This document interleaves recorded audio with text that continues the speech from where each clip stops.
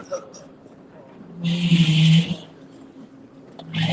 I slaughtered his name twice. You were fine. You did very well. We're trying to put this computer out of its misery. Bear with us. Delegate Crutchfield, where'd you go? I'm right here. Thank you very, very much. You're welcome. For that kind and overly gracious set of remarks and introduction.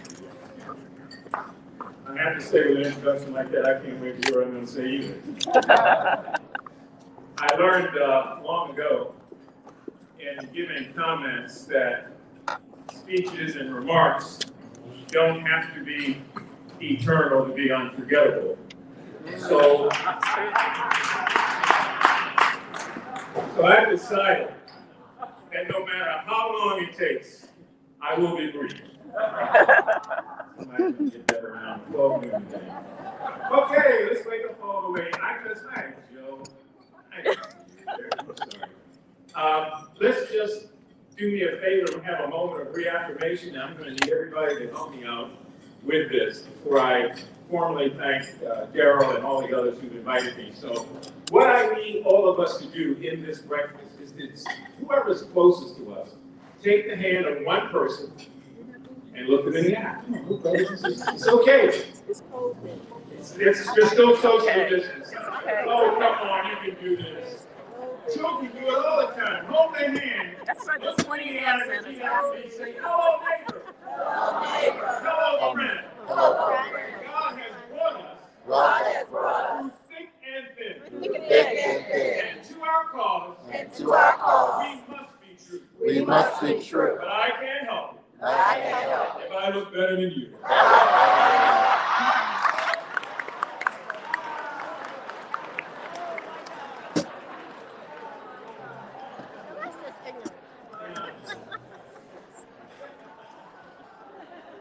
Some of you just know that I'm crazy.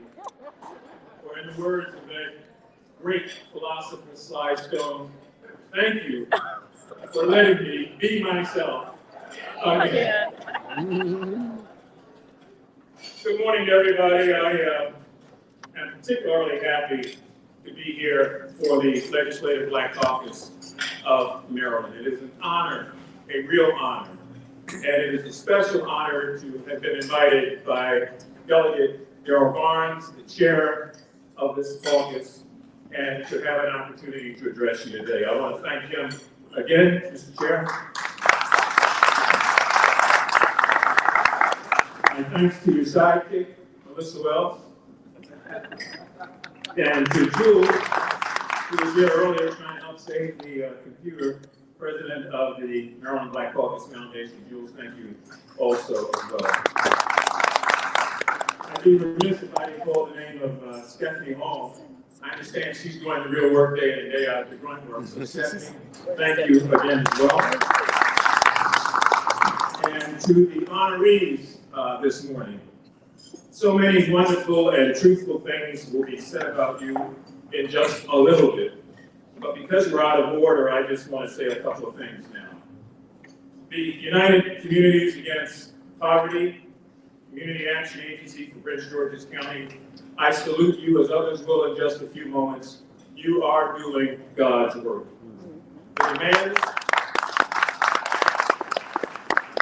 The demands that you are under suggest that you deserve many awards like this, and I hope there will be many more coming your way. And to the three other honorees, all of whom are attorneys, Renita Jackson Mitchell would be very proud of all of you. Indeed, we're proud of you and the impact that you make through the simple eloquence of your example in the lives of so many, many people. Delegate Deborah Davis, while you are comparatively new to the General Assembly, your reputation as a public servant on the Charles County Board of Commissioners as a tenacious trial attorney precedes your tenure, and I salute you.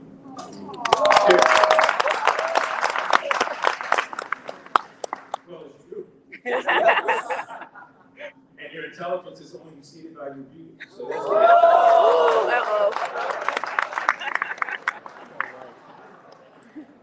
Chairwoman Vanessa Atterbury. Boy, it sounds great saying Chairwoman. Yes.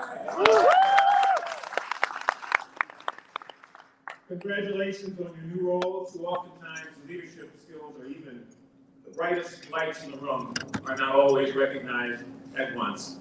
But I congratulate you. I'm glad that Speaker Jones saw it in her heart, based on your work and your dedication, to award you the chairmanship of the Ways and Means Committee. And is the Speaker here by any chance? She is not. Okay. Please tell her I asked about it, said hello, and we'll be in touch with her soon. So we're tremendously proud of all of you. And Senator Joe Carver, my absolute favorite. Oh, yeah. I remember when Joe came in the General Assembly as a delegate, kicking down doors, cursing periodically. Only when needed. And after a brief hiatus, Joe, you are back and you continue to kick down doors, and more importantly, you continue to move the needle forward for all of us, particularly the nameless and the faceless. And you get all of it honestly. You get it from your dad, someone who I knew and admired for a long time. And so thanks again for having me. This is a beautiful audience. It reflects in many respects our commitment to the purposes, the objectives, the mission, and the mandate of the Legislative Black Caucus of Maryland. And it is indeed welcoming to see the tremendous representation of appointed leaders, civic leaders, church leaders, and community leaders who have come out this morning. But this morning, I am inclined to talk to and encourage to speak to the family. And the word family includes not only those who are bound and tied by a blood relationship, but it is also those men who are bound and tied by a common need or condition. And it's true that sometimes we just don't know what condition our condition is in, because oftentimes we have a mutual condition and a common affliction. So we are called together as legislators at moments like this to reason and to recreate. Think with me in the subtext that we got everything we prayed for, but we still don't have all that we need. Too often, ideologically and philosophically, we get stifled, we get stymied, and we get stultified by those in our number who pontificate but do not produce, by those who confuse but will not clarify, by those who go but will not give, and by those who seek but will not serve, and by those who harm the preservation of our collective heritage and histories by refusing to hold on to it. And yet, we know that even in 2021, for many of our young people in particular, because of their race, their zip code, or their sex, the gate to the American mainstream remains for them a mystery and a riddle, wrapped in an enigma. And that when it comes to their problems and their issues, action inevitably resolves itself into discussions on the discussions, proposals on the proposals, studies on the studies, and then another plan B for the plan A that failed. And so as legislators, if we were to request this morning a simple computer printout of all of the salient issues facing us today, whether they're educational, institutional, social, or systemic, it is clear that the computer would print out a list of problems that is overwhelming. Institutionally, family, military, church, and school are all under attack for either real or imagined defects. Politically, the Joint Center for Political Studies reminds us that still, 56 years after the passage of the Voting Rights Act, less than 11% of all elected officials in this country are Black. Socially, the issue of race and skin color still dominates too many aspects of American life, both at home and abroad. Hence, the Proud Boys and the Oath Keepers and the Aryan Nation. And educationally, our public schools are still overcrowded and ill-equipped. We watch some school systems watch their students unable to pass basic comprehension tests, while in other systems and in other schools, drugs are even more available sometimes than textbooks. Far too many of our young people are being promoted because of their age or their size, only to end up after 12 years being rewarded with certificates of attendance rather than meaningful high school diplomas. Economically, it is clear that after 5 years of congressional acquiescence to the Trump concept of Robin Hood in reverse, the haves have more, and the have-nots still have not at all. Too often, sometimes we hold fast to the conclusion of other people. We sometimes find ourselves subjecting all facts to a prefabricated set of interpretations. My grandmother would say we enjoy the comfort of opinion, but of the discomfort of thought. And yet, with all these developed minds God has blessed us to have, we ought to have as much sex west as a honeybee. You know, there's a great debate going on in many circles about whether or not the honeybee has a brain or whether or not it acts on instinct. Whatever it is, it works. Because a honeybee never forgets its power. The honeybee knows what it feeds itself and what it needs to sustain itself. And if by chance, even on this cool day, a honeybee were to fly into this room, he would fly around until he found a flower. The honeybee would land on the flower not just to have something to do, but the honeybee would land on the flower to get some nectar. And after finally getting some nectar, the honeybee would become excited and fulfilled and buoyant, high on life. But that honeybee, before leaving the flower, would take time to drop some pollen where he picked up his nectar. You see, the honeybee doesn't ever get that high that he doesn't remember where he got his nectar. Because he knows as surely as he flies away that one day he may have to come back to that flower. And if the honeybee comes back to a flower that he didn't pollinate, the flower would be dead. And if the flower was dead, the honeybee couldn't eat. And if the honeybee couldn't eat, pretty soon, the honeybee would die. And so those of us who get our pollen from the Black community, who get our pollen from the institutions in our community, those of us who get our pollen and our prayers and our life from Black churches and our sororities and fraternities from our professional organizations, if we get our nectar from the Black community and leave our pollen somewhere else, we kill the tree. We kill it. So then it really doesn't matter whether the honeybee has a brain or whether or not it operates on instinct, because we still wouldn't have as much sense as the honeybee. Got everything we prayed for, we still don't have all that we need. And so in this stage and phase of our struggle, it is incumbent upon us to redefine our situation for ourselves. Not to have somebody else to do it, whether it's the press or anybody else. We must redefine ourselves. And we must redefine ourselves now, 50 years after the establishment of this organization, by using economic formulas.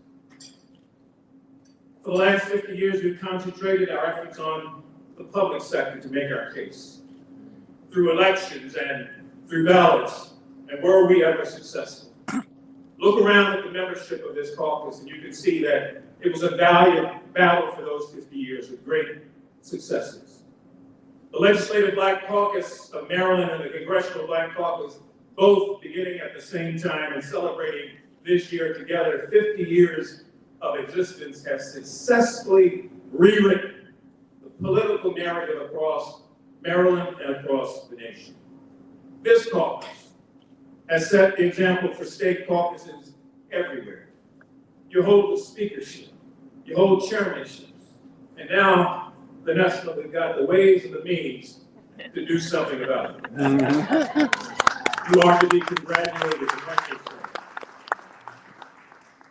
However, in 2021 and beyond, we must now work on and tackle a whole new set of challenges, not the least of which is rewriting the economic narrative by bringing to bear a new corporate focus.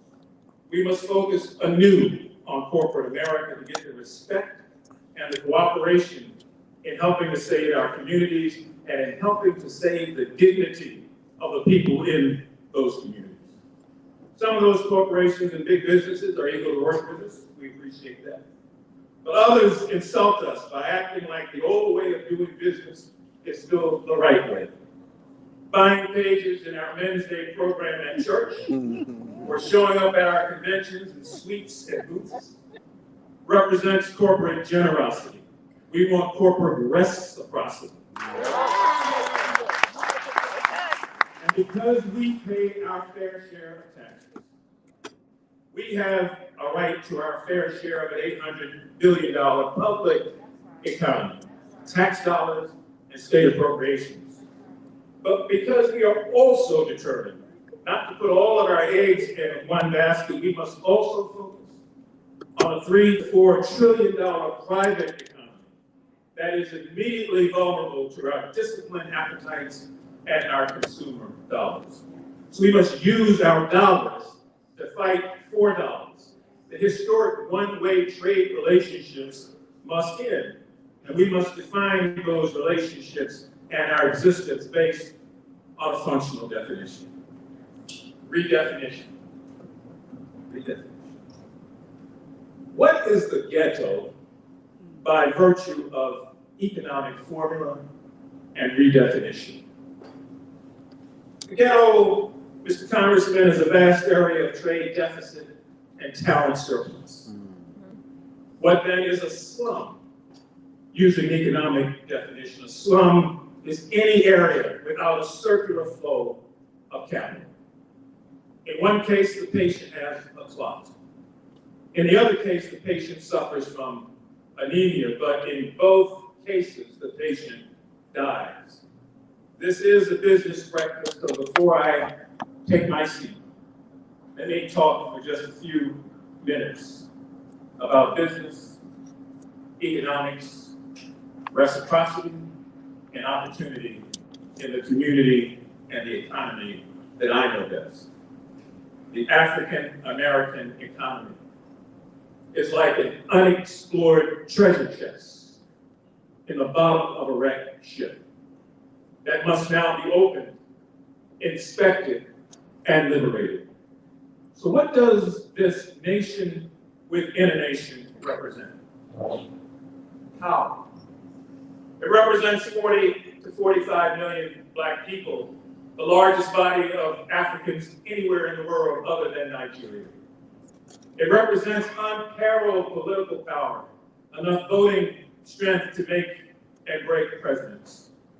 It represents $50 million a month in union dues, hundreds of millions of dollars in real dollars contributed to state and federal pension funds.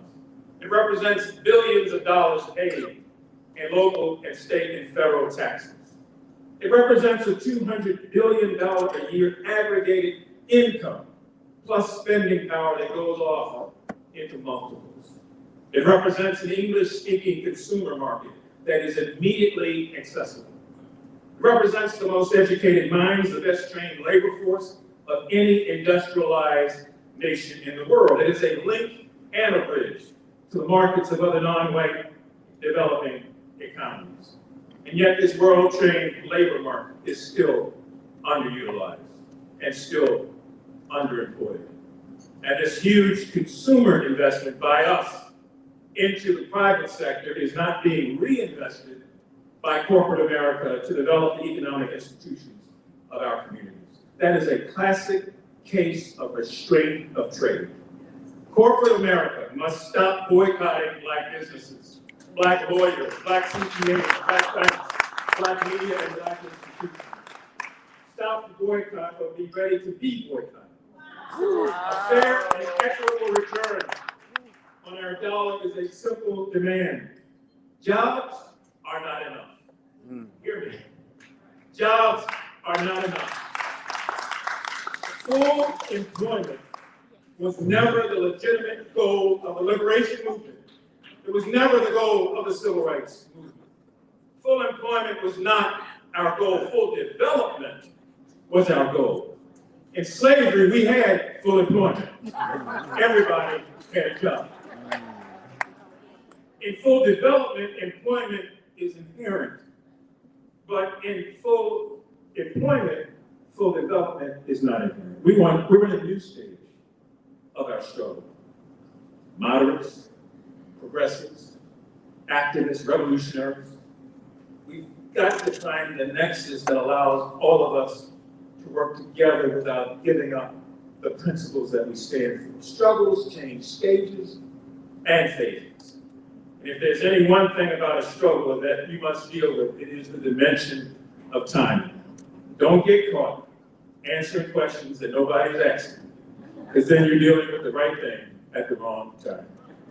Einstein did not develop the theory of relativity. Einstein developed the theory of timing in relativity.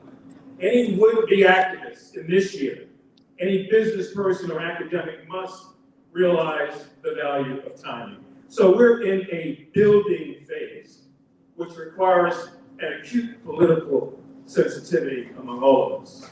We must be ethnic, ethical, economic, educated, excellent, and have a sense of the eternal. All of those E's fit in this stage and phase of our struggle. Lastly, in this era of smaller vision, rampant apathy, and celebrated mediocrity, we still need those like those in this caucus who will stand up and speak out for that which is right and fight like hell against that which is wrong. We mean it when we say that racism and sexism and anti-Semitism are wrong. To know that in our heart of hearts, black bigotry can be just as cruel, evil, and ugly as white bigotry. We must condemn all of that and take a higher example because people are looking at us. And they are 10, 15, and 20 years of age at this moment. To understand in our heart of hearts that gay bashing and union bashing and immigrant bashing deplete us as a nation, that it robs us of our ability to lead and to take things and to make them different. For the great enemy of truth, as all of you know, is very often not the lie. Deliberate, contrived, and dishonest as it is. The great enemy of the truth is really the myth, because it is persistent and pervasive and unrealistic. And so those myths that hover around our communities, that people use to define us with, and that people want to tell you how to do your job with, have to be exploded.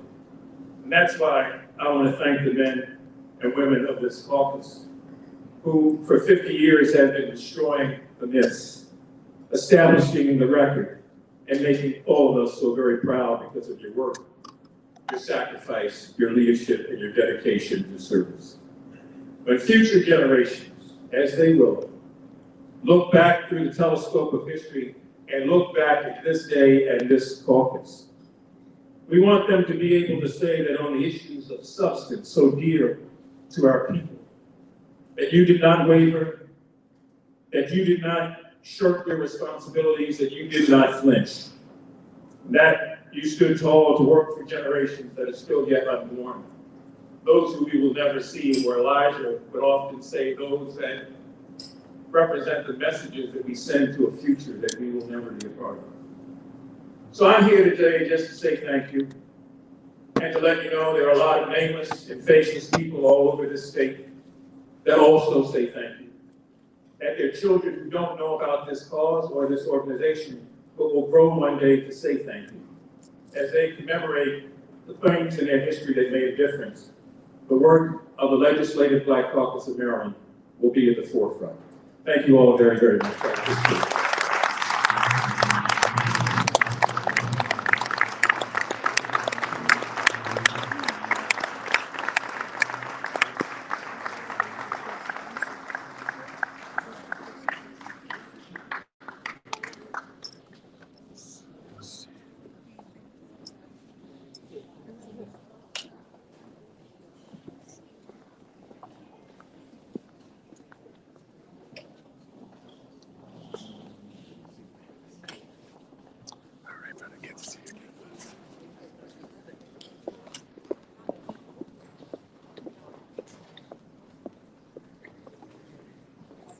Was that powerful or what?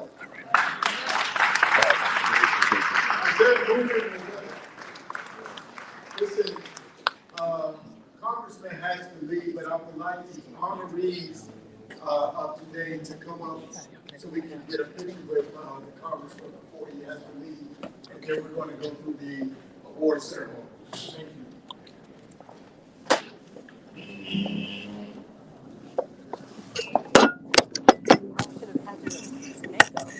Oh, no, I don't do that. Actually, I'm going to step out to attend the funeral service with Barry Young. Many of you are familiar with Barry, and so please forgive me for having him or not. I appreciate it.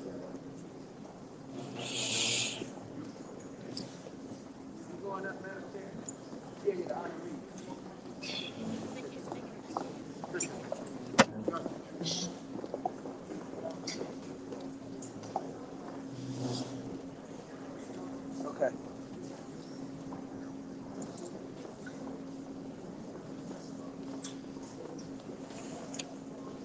Get everybody's attention here, please.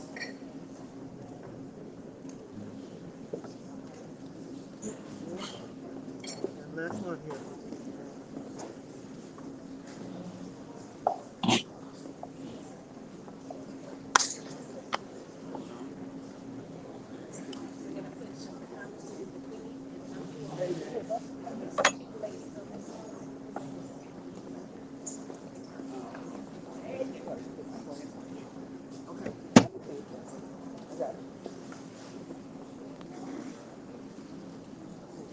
Here, please. Shot. I think you were starting. Yeah, got it. Give me one ball, good. Thank you. Thank you. Thank you. Thank you. Congratulations.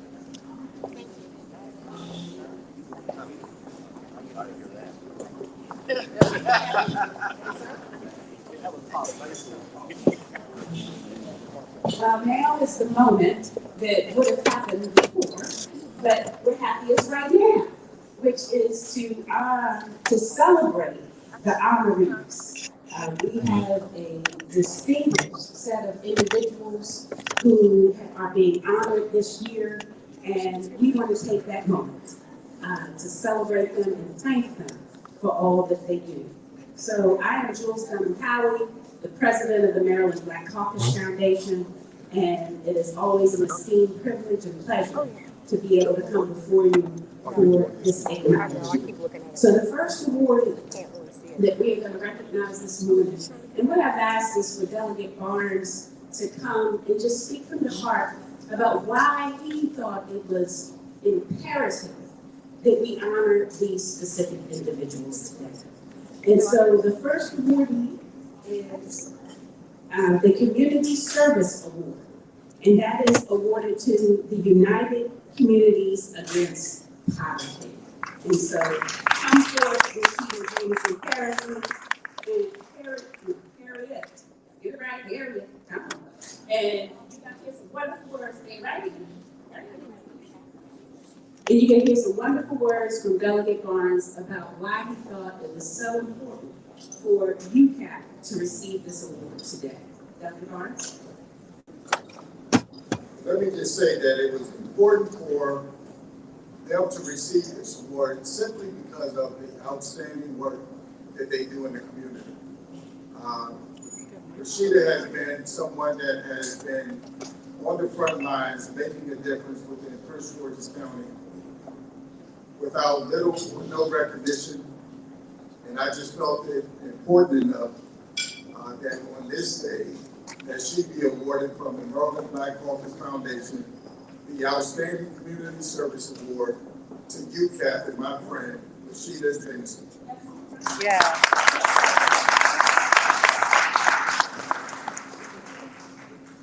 So I didn't write anything today. However, I will speak from my heart. This means the world. And thank you to the Maryland Legislative Black Caucus for this award. However, this recognition is for the frontline staff. When COVID hit and the world literally shut off, we had to shut on. For the staff that lost their lives, who worked in our emergency homeless shelter, who left families behind, this award and recognition goes to you. This award and recognition goes to all of the staff that had to go out and ensure that our homebound seniors had meals 3 times a day. This award goes out to our team who worked on Saturdays and Sundays to ensure that people who are facing eviction had the opportunity to sustain their homes and try to figure out this whole teleworking world and working in a not-for-profit and not having a lot of the fancy technology that some of our for-profit brothers and sisters are afforded. We made sure to figure it out. I see a lot of our most, who I call our superheroes who are here today. Delegate Andrea Harrison, Delegate Diana Fennell, my brother, Delegate Darrell Barnes, the chairman, Calvin Hawkins, I saw him here, and there are so many others who I'm remiss if I don't say your name today, that probably already left the room. But from the bottom of our hearts, we thank you. We thank you on behalf of those who consider themselves to be the invisible poor. Thank you.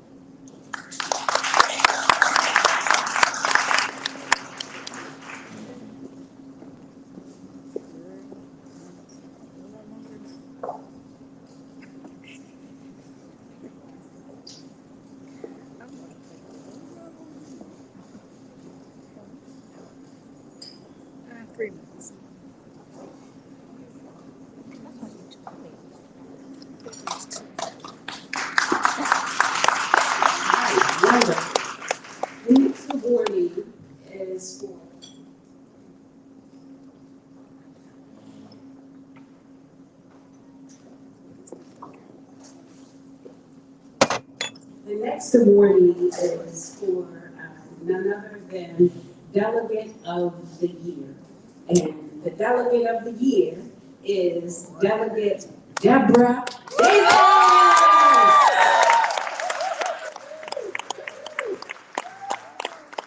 Delegate Davis has been a member of the House of Delegates since January of 2019. She's a member of the Judiciary Committee. She is a part of the Public Safety Subcommittee, the Criminal Law and Procedure Subcommittee, and chair of the House Reentry Work Group. And she is a phenomenal attorney who is credentialed down. And Delegate Barnes is going to tell you why she was chosen to be Delegate of the Year. Listen, I can tell by the round of applause that she got that you all also feel that she is well deserving of this award. That's right. That's right. You know, this past session taught us a lot as it relates to criminal justice reform and police accountability. And it was the Legislative Black Caucus who formed a criminal justice committee who wanted to ensure that our voices are heard when we start to put together legislation that affects our community. And it was Delegate Deborah Davis who stood up and said, I want to be the one that takes the mantle and run with it. I want to lead the charge to make sure that our voices are heard. And I want to be the one that kicks the door down to make sure that people of color will not be taken advantage of no longer. And I had the pleasure of saying who the Delegate of the Year award would go to, and it was a no-brainer for me. That on this day, I am happy and excited to award Delegate of the Year to my friend, Delegate Deborah Davis.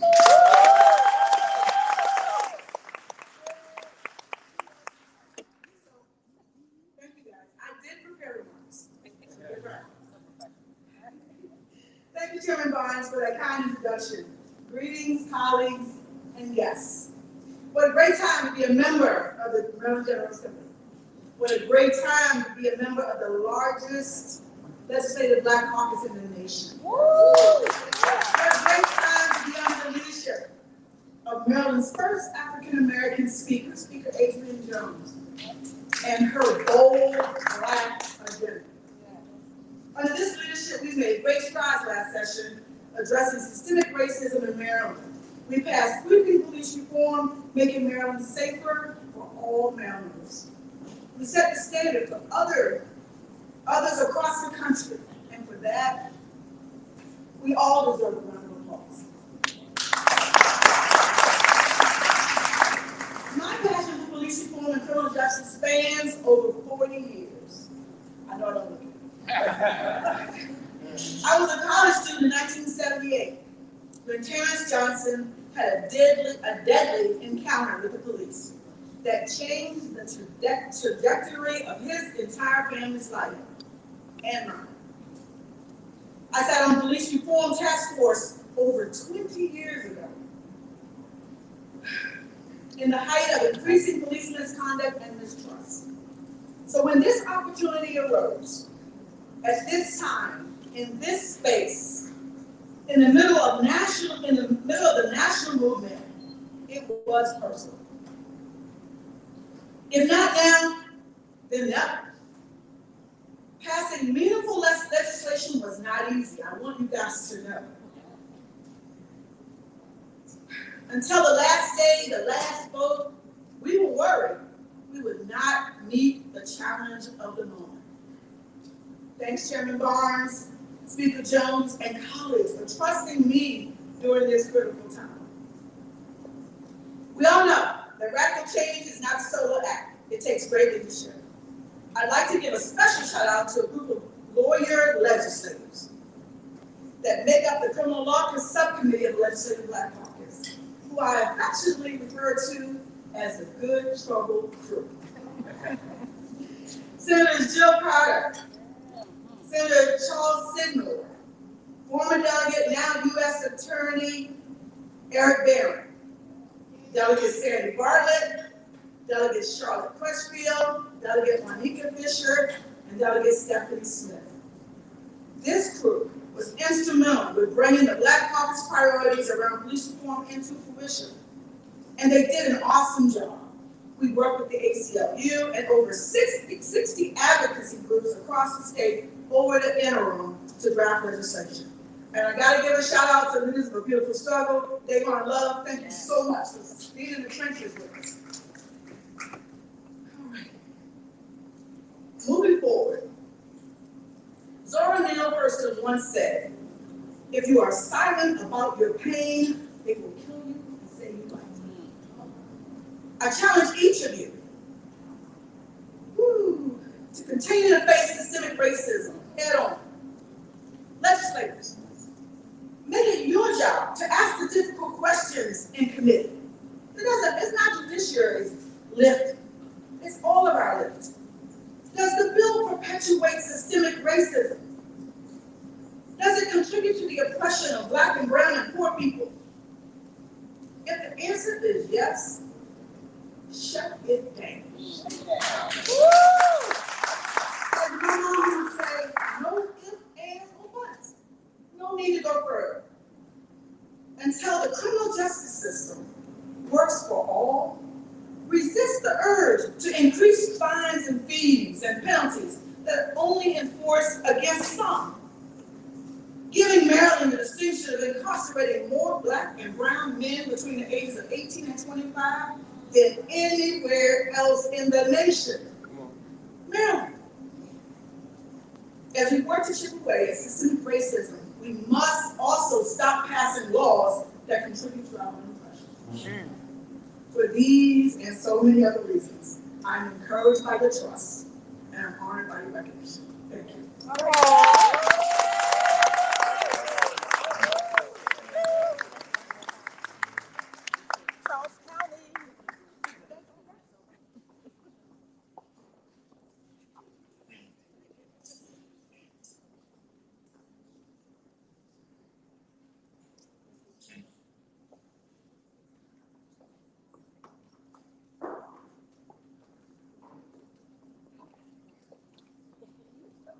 good trouble crew. Love it, love it, love it. And our next honoree is one of those medals, So we are excited to honor the Senator of the Year. The Senator of the Year. And the Senator of the Year is Senator Jill P. Carter.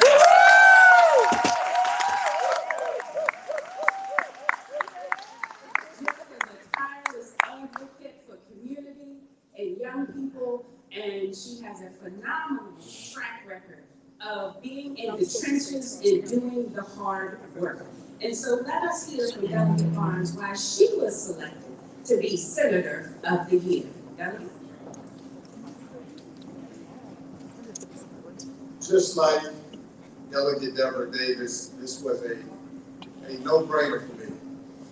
In the midst of the fight that Delegate Deborah Davis spoke about on criminal justice reform and police accountability, we needed a partner in the Senate, someone would stand in the gap, be unafraid to speak their mind, and to be bold and courageous. And it was only one senator that stood out to me, and that was Senator Jill P. Carter.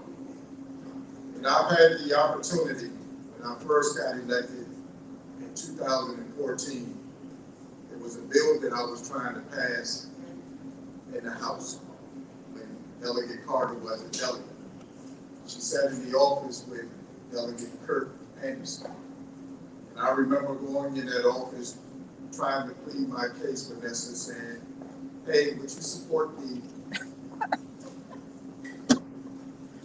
I must say they didn't, but they gave me a lesson. And that lesson I remember and I carry on every day, the fact that we must be willing to advocate for what we believe in and stand up and fight for what we know is right. And that lesson is what led me to say that on this day, I want to make sure that we all understand that the Senator of the Year award will go to Senator Jill P. Carter.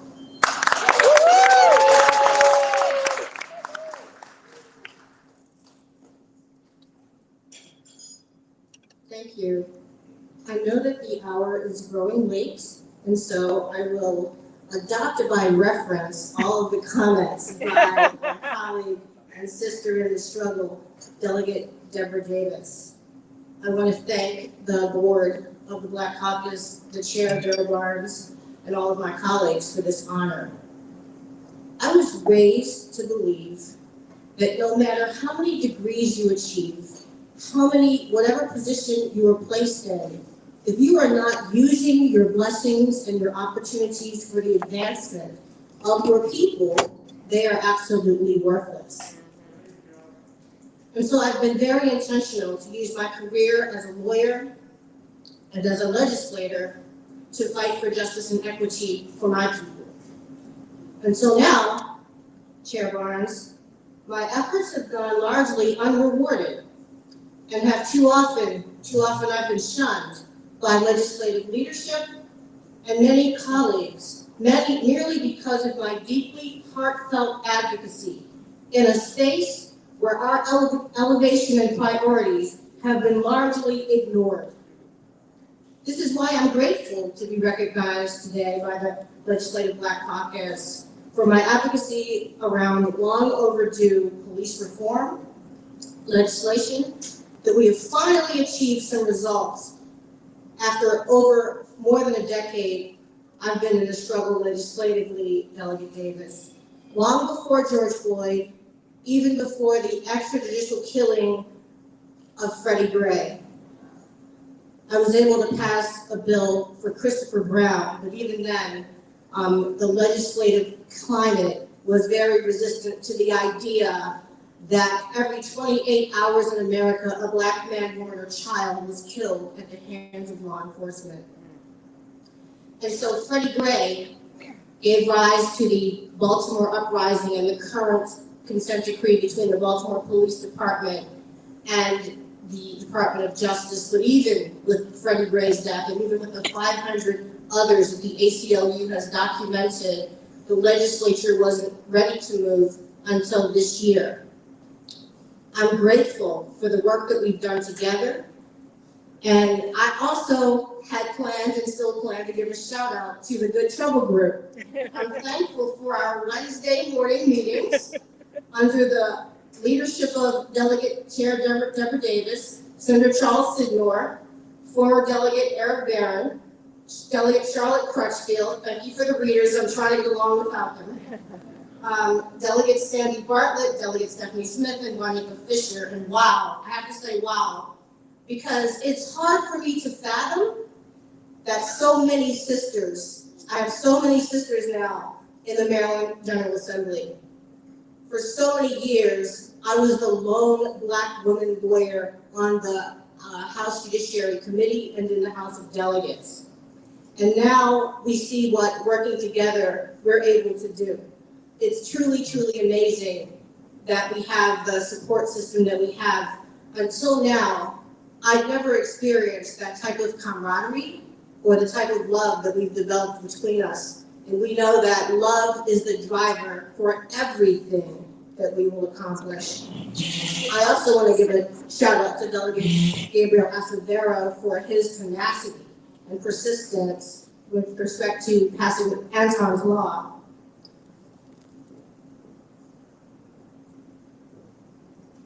I've only recently, since entering the Senate, known what the experience of being a legislator is. I don't want to be tearful, but it's true.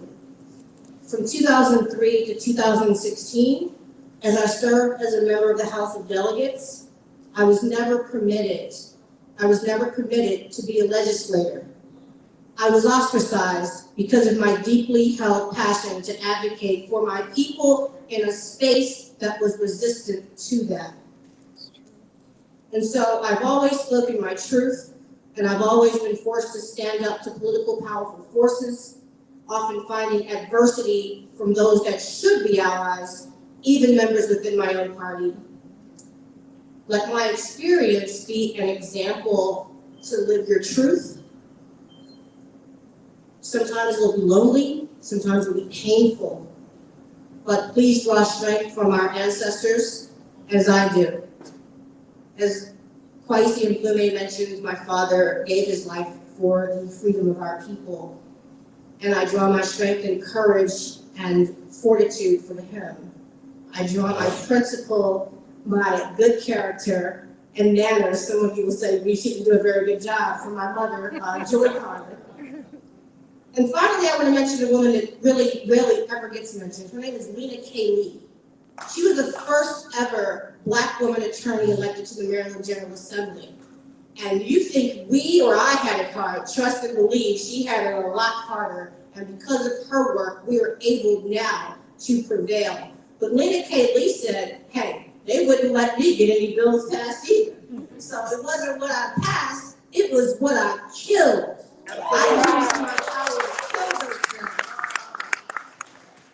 I also, emulating Delegate Davis, want to give a shout out to Leaders of the Beautiful Struggle and the ACLU of Maryland and all of the other advocacy groups that really offered support, relentless support, tireless efforts all day, all night during this past legislative session and before. I look forward to working with all of you to ensure a win for Black people as we repair the damage done to us by laws and policies that have been racist laws and policies that have kept us down for too long. I know that together we will ensure that there is equity in the legalization of marijuana, that we will right the wrongs of mass incarceration, that we will end the infection in our juvenile justice system, criminal justice system, and fight for education and economic justice. These are landscapes that we have to ensure equity in or die trying. So let us continue to do the work on behalf of the 30% Black population of the state of Maryland who have only us to champion for them. Thank you. Yes.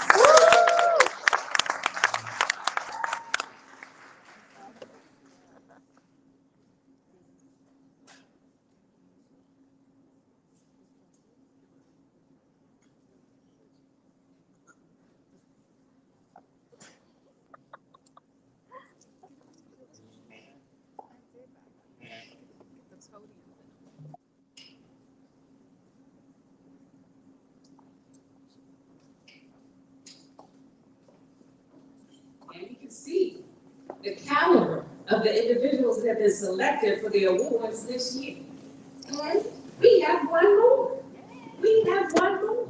And it is a phenomenal award because this award is the award that all of them are influenced by the chairman.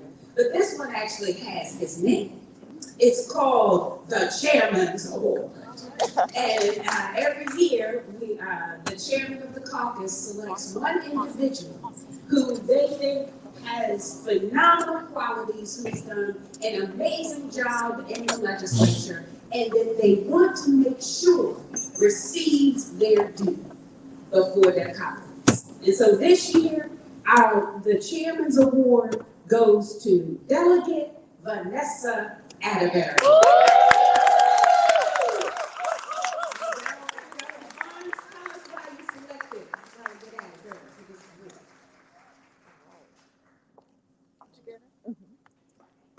The Chairman's Award is the highest award that the Legislative Black Caucus of Maryland can award. And when we were going through all of the legislators, regardless if you were a delegate or a senator, there was only one person that continuously stood out for me. In 2014, we came in together as freshman delegates, and I must say that she exceeded all things possible by her continuous work ethics, working hard, being vocal, standing up for what she believed in, and making her presence known. There was one person in the Maryland General Assembly that always stood up and fight for the voiceless. There was one person that stood out above everyone else this past year, working with the Good Trouble Group and ensuring that police accountability and police reform were passed. There was one delegate that made her presence known in the Maryland House of Delegates. And I've always said that the state of Maryland is changing right before our eyes. In one fell swoop, we will have a new governor, a new lieutenant governor, a new comptroller, a new state's attorney, and dare do I say a new treasurer. The Maryland General Assembly has adopted what is affectionately known as the Black Agenda.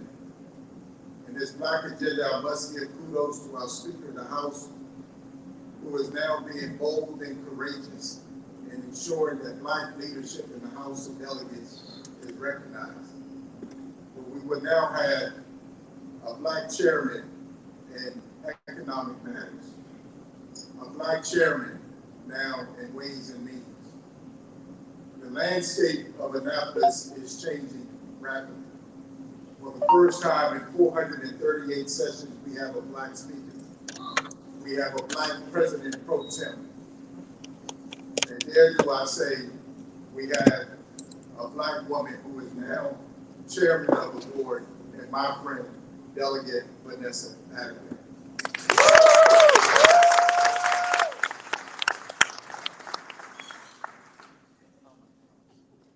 Thank you, and I do promise to be brief. I do want to thank my friend, my chair, and now I'm his chair, Delegate Gerald Barnes. We came in together, and it has been quite a journey. I want to thank the Legislative Black Caucus Foundation for this award and your support as well. I have to thank the Speaker of the House, Adrian Jones.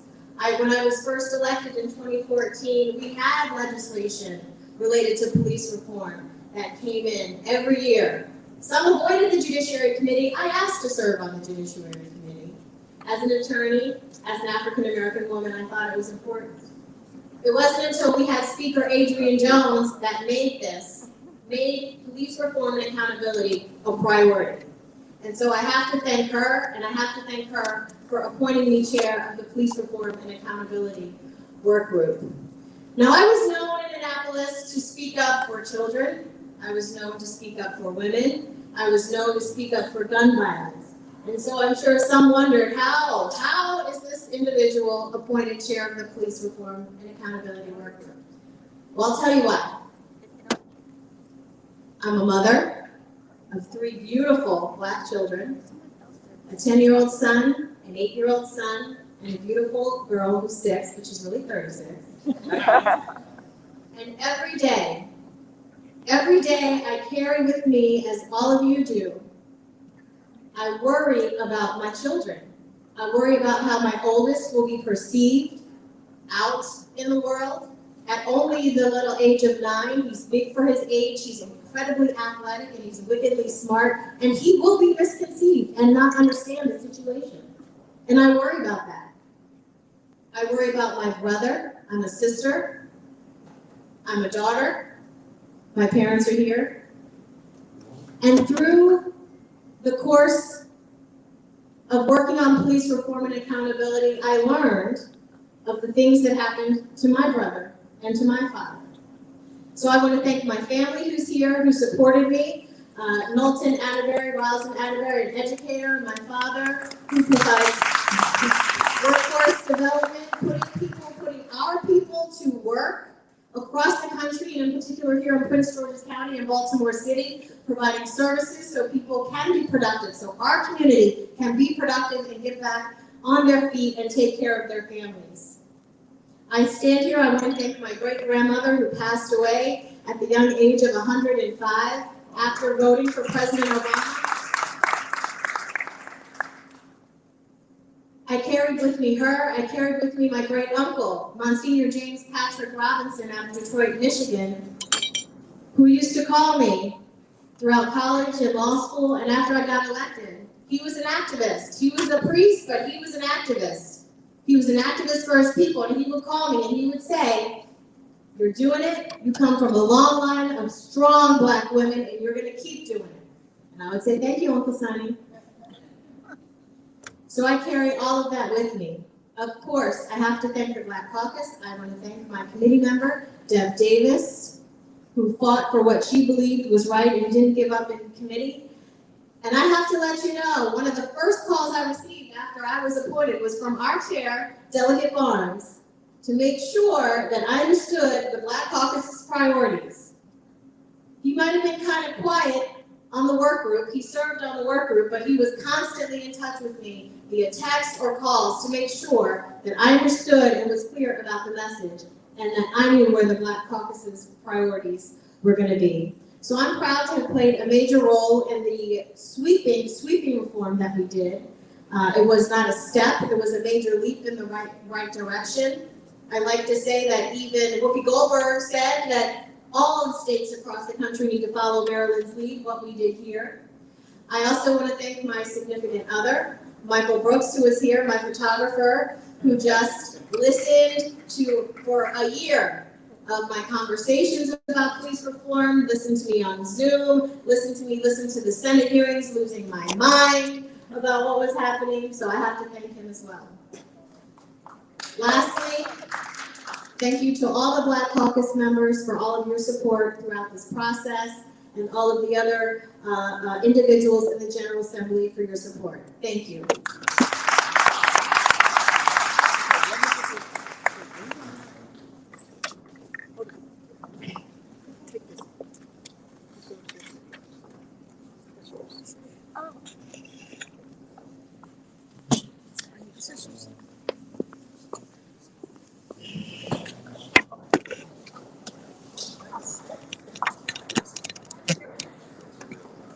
Before we bring up everybody, there are two more people that I want to recognize real quick.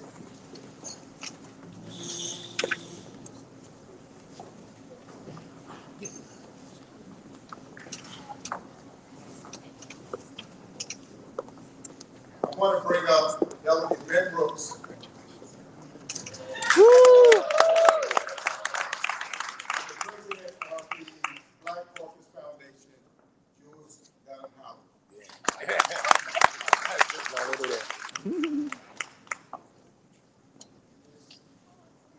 Yeah.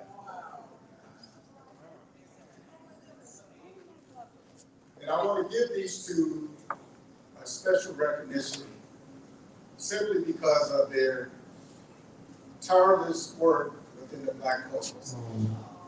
Delegate Brooks has been the treasurer of the Black Caucus since 2015, the longest lasting treasurer of the Black Caucus. And some would say that it's a thankless job. But I will tell you the hard work that Ben puts in to ensure that our money is right, that our votes are kept up, and that we're doing everything ethically. Ben is a stand-up guy that I think you all should know how important he is to this Black Caucus. And I just want to say thank you so much.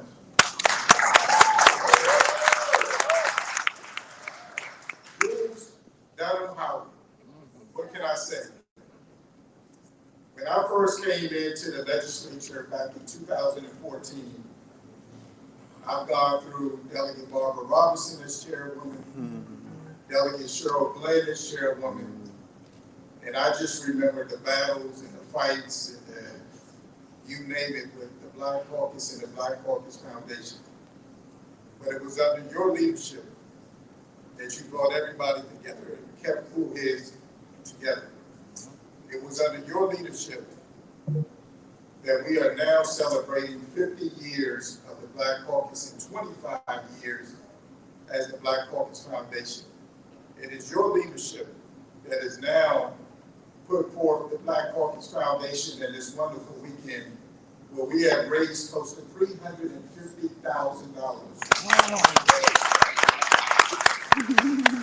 because of the work of this president. And I just want to say publicly, thank you for your partnership, thank you for your friendship, and thank you for your leadership.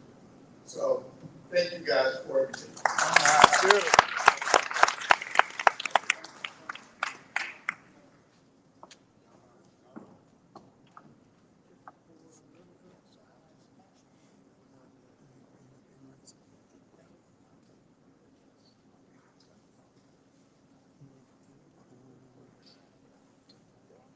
Now, if I can have the awardees with your awards come up so we can take this.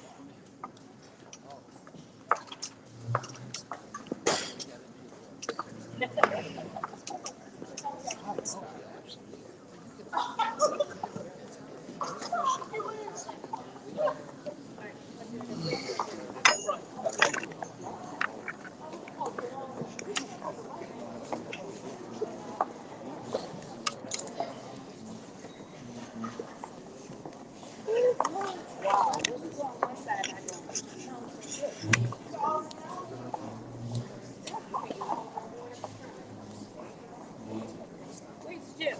Jill, come on, Jill.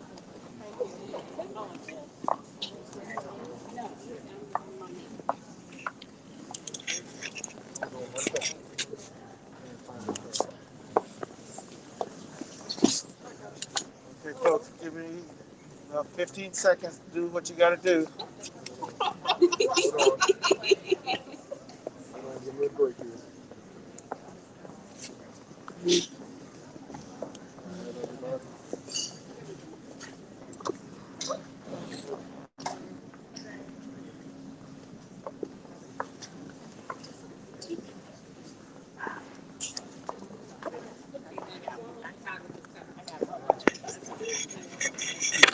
All right, everybody, hope you all enjoyed. We had us a good time. So far, so good.